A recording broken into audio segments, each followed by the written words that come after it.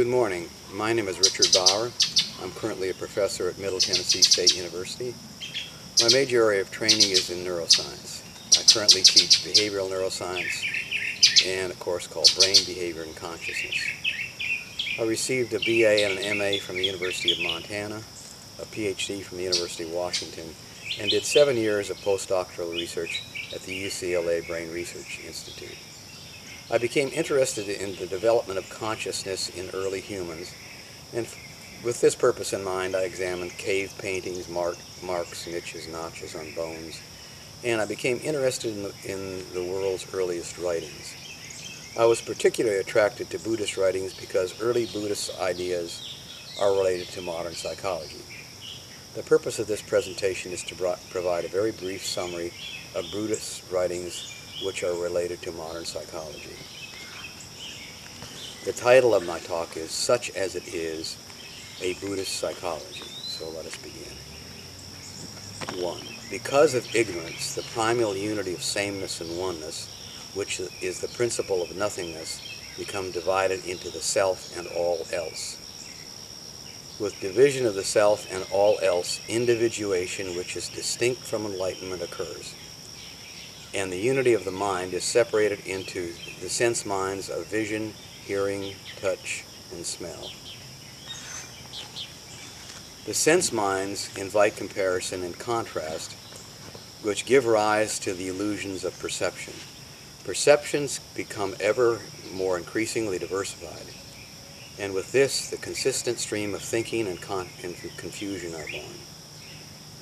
Thinking creates the thinker, and the contradiction between the noble present, which is what is, and the unknowable future, which is what should be. These create fear, desire, and despair. Fear, desire, and despair result in craving, grasping, clinging, and aversion. Due to the uncontrollable enormity of all else, craving, grasping, clinging, and aversion ultimately fail, and with each failure, feelings of unhappiness, anxiety, and anguish are born.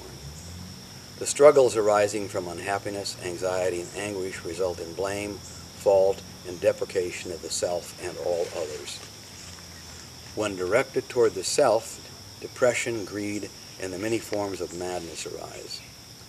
When directed toward others, ever larger and more powerful groups of like-minded individuals are formed to defend against ever larger and more powerful groups with different beliefs.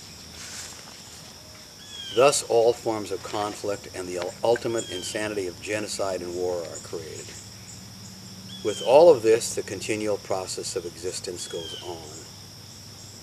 The end comes with enlightenment, which is the primary unity of sameness and oneness, known as nirvana.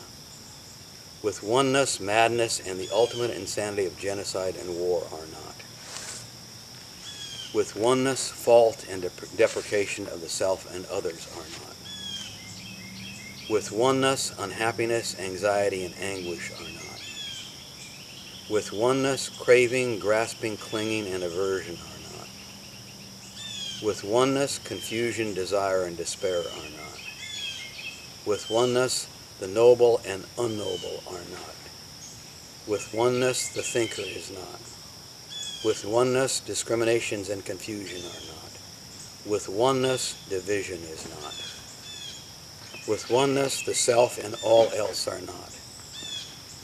That which is not is unborn, unbounded, without limits, infinite forever. Such is the nature of everything. Thank you very much for watching.